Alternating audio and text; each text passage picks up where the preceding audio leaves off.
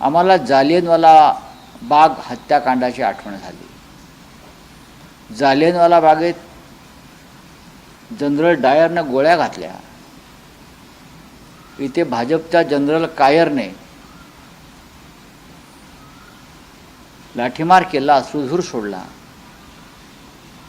लहान लहान मुलींचा आक्रोश पाहिला। यांना मुलं बाळं नसल्यामुळे किंवा जे आहे ते परदेशात असल्यामुळं सुरक्षित, त्यांना आमच्या भारतातल्या मातीतल्या मुलांचं दुःख, त्यांच्या आईवडिलांचं दुःख आणि यातना कळणार नाहीत। म्हणूनच मी आज सांगितलं, कालचा दिवस हा भारतीय लोकशाहीतला अत्यंत काळा दिवस होता, ब्लॅक डे। हा 20 जुलै हा दिवस यापुढे डरपोक दिवस म्हणून साजरा करावा, डरपोक दिवस। तुमचा पक्ष मुंबई निवडून होता, तुम्ही देखील विचार होताय, राष्ट्रवादी काँग्रेसने सांगितलं होतं आमचे 8 खासदार जमिनीवर ग्राउंडवर दिसतील, काँग्रेसही कुठे दिसलं नाही। मला असं वाटतं नाही, मी डरपोक हा पोलिसांनी ज्या प्रकारचा अत्याचार केला, हल्ला केला, ज्या पद्धतीनं लहान मुलांना मारलं, हा डरपोक पण आहे ना। सरकार लहान मुलांना, विद्यार्थ्यांना घाबरलं आहे आणि हुकुमशाहीप्रमाणे ते आंदोलन चिरडून टाकण्याचा प्रयत्न करत आहे। काल ग्राउंडवरती आम्ही सगळे होतो की, काल आम्ही ताबडतोब वांगचुकना भेटायला गेलो, त्यांच्या प्रकृतीची चौकशी जाऊन आम्ही केली सफदरजंगला, त्यांच्याशी संवाद साधला। त्यानंतर आम्ही परत तिकडे काही आंदोलकांना भेटलो, संध्याकाळी मी स्वतः जंतर-मंतरला गेलो होतो काल, आता परत आम्ही जाणार आहोत। पक्षाबद्दल प्रश्नच नाही, सुप्रिया सुळे म्हटलं की आमचे 8 खासदार खांद्याला खांदा मिळून या लोकांसोबत, विद्यार्थ्यांसोबत आहेत, आंदोलन पाहायला मिळतील। मला असं वाटतं की काय त्यांच्या पक्षानं महाराष्ट्र आंदोलन केलेलं आहे, मला इकडल्या त्यांची भूमिकासुद्धा कालच्या बैठकीमध्ये हे आंदोलकांच्या बाजूनेच होती। स्वतः सुप्रिया सुळे या आजारी आहेत, त्यांना मी काल, मलाही वाईट वाटलं की सुप्रियाताई म्हणजे फार वोकल आहेत ज्याला आपण म्हणतो, पण त्यांचा आवाज नाही आहे, त्यांचा घसा पूर्णपणे हे जो कंठ आहे तो बिघडलेला आहे आणि डॉक्टरांनी त्यांना किमान 10 ते 12 दिवस बोलू नये किंवा घशावर ताण देऊ नये हे सांगितलेलं आहे। त्यांचे लोक होते की आता जे मला असं माझ्या माहितीप्रमाणे जे अनिश गावंडे आहेत दीपकेबरोबर, ते त्यांच्याच पक्षाचे आहेत। त्यांनी असं सांगितलं आमचे 8 खासदार असतील, एकही खासदार ग्राउंडवर पाहायला बघा, खासदार असतील किंवा नसतील, त्याहीपेक्षा कार्यकर्ते होते जमिनीवर। प्रश्न हा आहे की या देशातील जे राजकीय घराणे आहेत त्यांना त्यांच्या मुलाचं करिअर दिसलं, ग्राउंडवर येताना दिसत नाही। आता याच्यावरती आज हा चर्चेचा विषय नाही, पण या सगळ्या असं वाटत नाही का विरोधी पक्षाला देखील मोठा संदेश आहे? विरोधी पक्षांना हे आंदोलन ताब्यात घ्यायला पाहिजे। आता आम्ही आजच्या बैठकीत हा मुद्दा मांडणार आहोत। आम्ही स्वतः मुंबईमध्ये फार मोठं आंदोलन केलं, अजूनही करत आहोत, यापुढेही करत राहू। जिथे जिथे संधी मिळेल तिथे युवा सेनेचे प्रमुख आदित्य ठाकरे हे आघाडीवर जाऊन नेतृत्व करून, तरुणांना एकत्र करून या सगळ्या मोठ्या आंदोलनाला समर्थन देत आहेत। शिवाजी पार्कचं आंदोलन हे महाराष्ट्रातलं किंवा देशातलं एक मोठं आंदोलन झालं आहे, आपण पाहिलं असेल, आणि यापुढे सुद्धा ही आंदोलनं सुरूच राहतील। आम्ही इतकंच सांगतो आहोत की देश पातळीवरती आता हे आंदोलन घेऊन जावं लागेल। धर्मेंद्र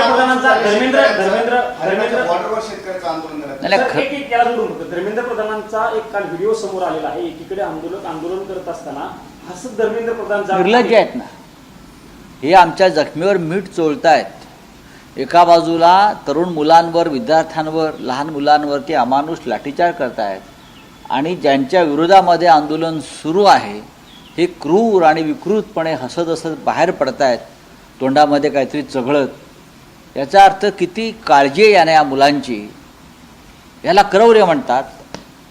आणि हे जे क्रौर्य आहे डरपोकपणातून निर्माण होतं।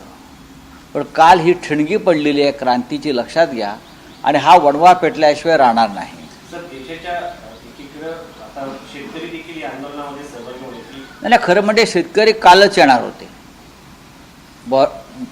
या शंभू बॉर्डरला काल हजारो शेतकरी जमा झाले होते आणि त्यांनासुद्धा या आंदोलनात सहभागी व्हायचं होतं, पण दिल्लीमध्ये जितका पोलीस फोर्स लावला त्यापेक्षा जास्त पोलीस फोर्स काल संभू बॉर्डरला होता आणि पंजाबच्या शेतकऱ्यांना, हरियाणाच्या शेतकऱ्यांना काल तिथे रोखण्यात आलं. नाहीतर ते सुद्धा शेतकरी बांधव त्यांच्या मागण्यांसाठी विद्यार्थ्यांच्या आंदोलनांमध्ये विलीन होणार होते. सर, तुम्ही मगाशी म्हटलं की आज याच्यावरती चर्चा होईल की विरोधकांनी या आंदोलनामध्ये सहभागी व्हायला पाहिजे. गोंधळाची स्थिती विरोधकांमध्ये अजून नाही. लोकांच्या, विद्यार्थ्यांच्या भावना त्यांच्यापर्यंत पोहोचत नाही. बघा, शिवसेना पक्षप्रमुख उद्धव ठाकरे यांचं असं मत आहे खरं तर की इतके संतप्त आहेत आणि या विद्यार्थ्यांच्यावरती अत्याचार आणि लाठीमार होऊन त्यांचं तर असं म्हणणं आहे की याच्यावरती भारत बंदचा पुकार केला पाहिजे विरोधी पक्षाने. राहुल गांधीला अजूनही बाब लक्षात येत नाहीये.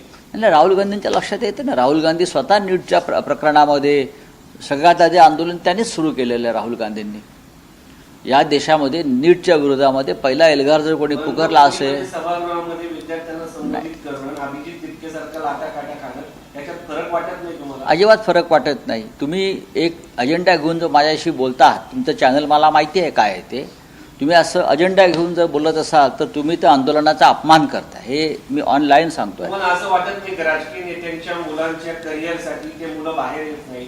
2-4 पक्षाचे नेते येतात, विरोधकांची असं अजिबात नाही. सारख्या माणसाच्या मागे एवढ्या मोठ्या प्रमाणात लोक हे येतात. तुमचा गैरसमज आहे. काय संबंध आला सर? तुमचा गैरसमज आहे. हे जे लोक आहेत हे एका व्यक्तीच्या मागे नाही आहेत. मग वांगचूक जे असतील किंवा अभिजित दिपके जे असतील, हा एक इशू आज हा राहुल गांधी किंवा आम्ही सगळ्यांनी उचलला. त्यातून ही लढाई सुरू झाली आणि त्या लढाईमध्ये तेल ओतण्याचं काम या देशाचे सरन्यायाधीश मायलॉर्ड सूर्यकांत यांनी केलं. हे समजून घ्या. त्याच्यामुळे भडका उडाला. प्रत्येक राजकीय नेता आणि राजकीय पक्ष नीट पेपर फुटीवर सगळ्यात जास्त रस्त्यावरती उतरला. खरं म्हणजे तुम्ही हे प्रश्न देवेंद्र फडणवीसना विचारला पाहिजे. पेपर फुटीचं सगळ्यात मोठं केंद्र हे महाराष्ट्र आहे, लातूर आहे, पुणे आहे आणि ते सगळे राष्ट्रीय स्वयंसेवक संघाचे लोक आहेत, पुढारीकार. कळलं? प्रश्न हा तुम्ही राज्याच्या, महाराष्ट्राच्या गृहमंत्री, मी ऐकतोय ना, मला तुम्ही प्रश्न विचारूच नका.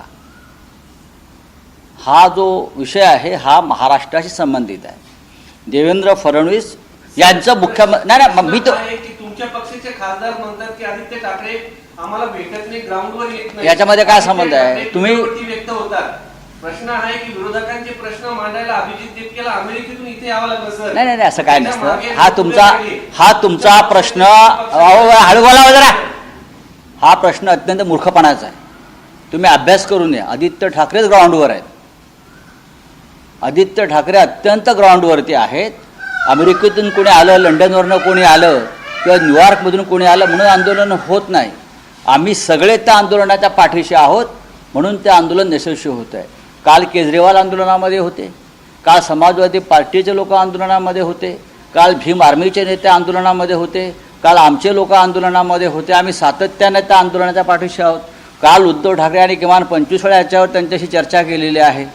आणि एक पत्रकारांना माझा सल्ला आहे, तुम्ही सरकारची गुलामगिरी करू नका.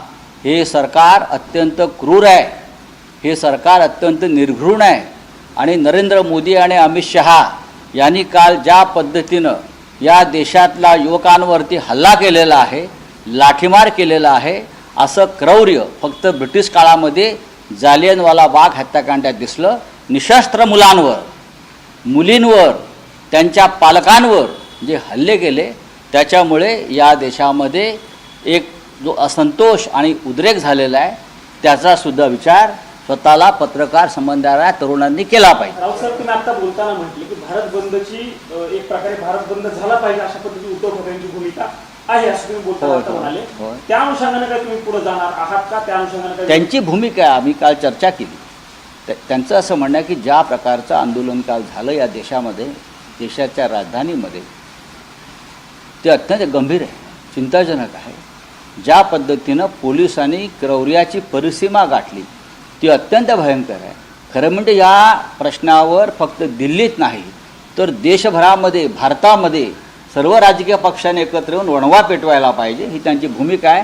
आणि यावर जर भारत बंद करण्याची जरी वेळ आली तरी आम्ही त्यात सहभागी होऊ. पण त्या अनुषंगाने विरोधी पक्ष, कारण तुम्ही आता इंडिया आघाडीच्या बैठकीमध्ये कालच्या आंदोलनाच्या अनुषंगाने चर्चा करणार आहात, तर हा मुद्दा उद्धव ठाकरेंच्या वतीने तुम्ही मांडणार नाही, आहात? आम्ही नक्की मांडायला काय.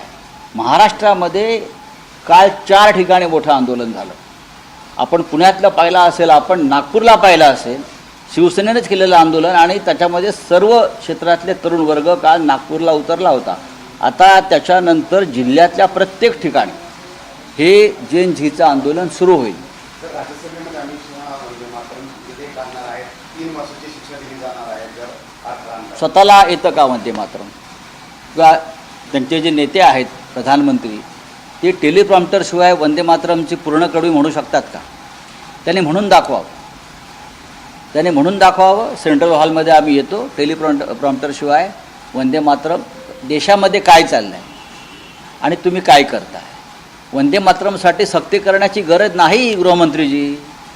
वंदे मातरम हा देशाचा आत्मा आहे, आणि भारतीय राष्ट्रीय काँग्रेसच्या पहिल्या अधिवेशनामध्ये वंदे मातरमचं गाण वाजवलेलं आहे, तुम्ही नाही.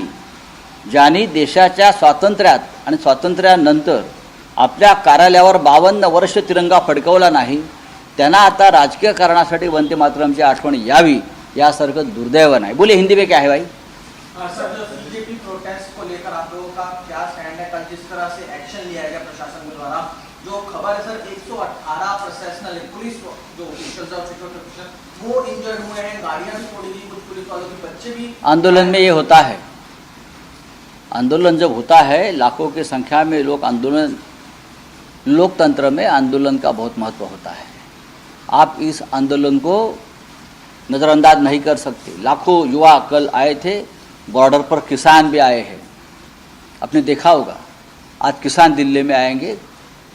किसान तो कल ही दिल्ली में आने वाले थे, लेकिन उनको रोका गया. जिस तरह से पुलिस ने बहुत निर्घृणता से बच्चों को मारा है, पीटा है, आप उनसे बातचीत कर सकते थे. गृहमंत्री जी, प्रधानमंत्री जी या और कोई बड़ा नेता जाकर उनसे बात कर सकते थे. वो भी आपके बच्चे हैं ना. जैसा जय शाह आपका बच्चा है अमित शाह जी, वैसे ये भी आपके बच्चे हैं. ये देश आपके बेटे के लिए नहीं है जो आज क्रिकेट का बादशाह बना है. ये बच्चे पढ़ाई करते हैं, एग्ज़ाम देते हैं, पेपर लीक होता है, फिर वो आत्महत्या करते हैं, उनके माँ बाप रोते हैं. हमने कल देखा है. तो उनको भी जय शाह जैसा प्यार दीजिए आप. ये मैं कहूँगा आपको आशीर्वाद मिलेगा भगवान श्री राम का. वहाँ भी लूट चल रही है. जिस बेरहमी से मारा है, क्या उनको दुख नहीं है? सरकार को थोड़ा भी अंदर अगर कोई अंतरात्मा उनकी जाग गई होगी तो जाकर बच्चों को मिलेंगे ये लोग.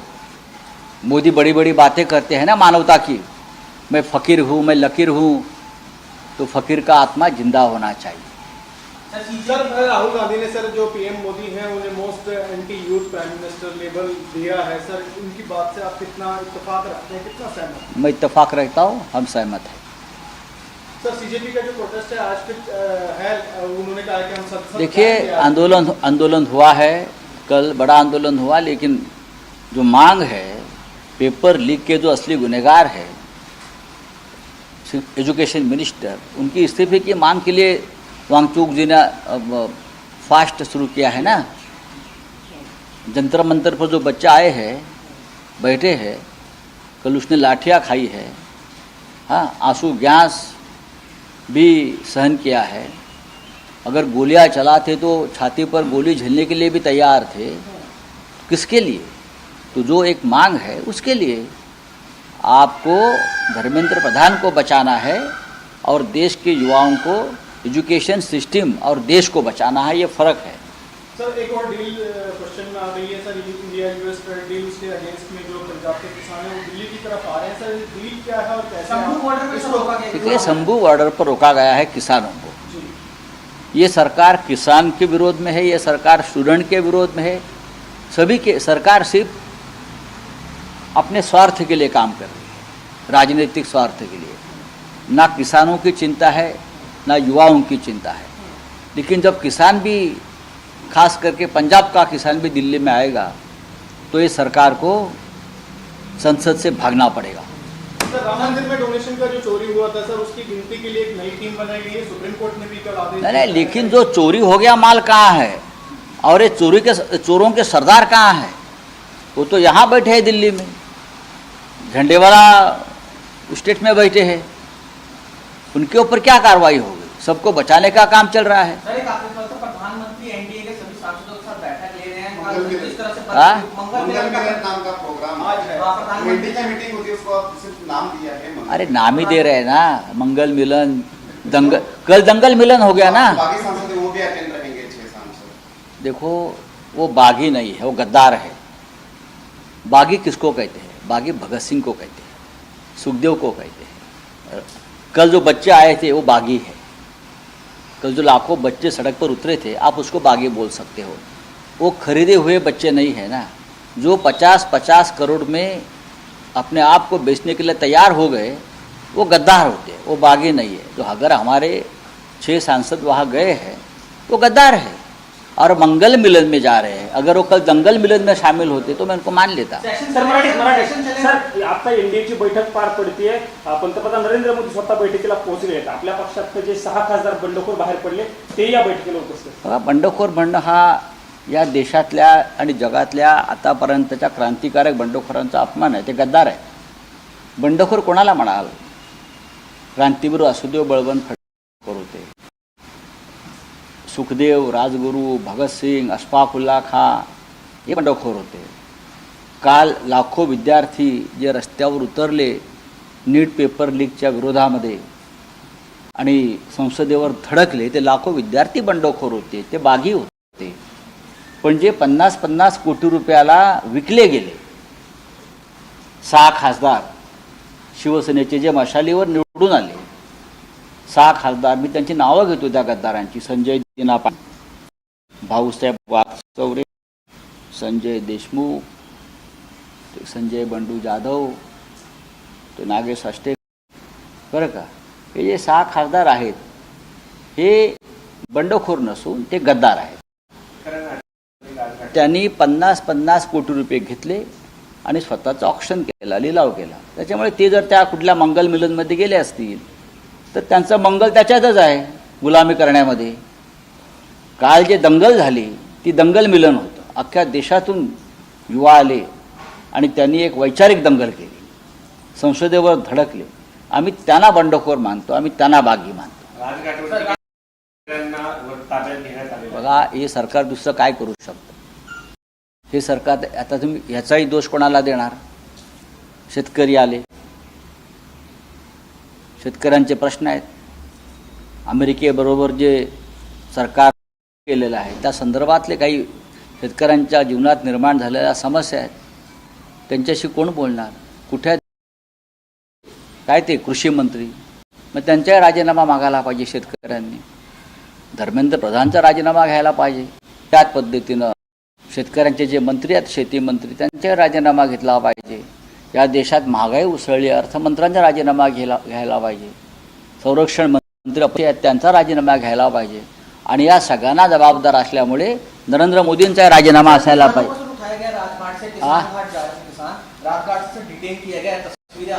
देखिए, राजघाट में महात्मा गांधी का समाधि का दर्शन लेने के लिए किसानों को रोका जाता है. ये तो तानाशाही की हद हो गई.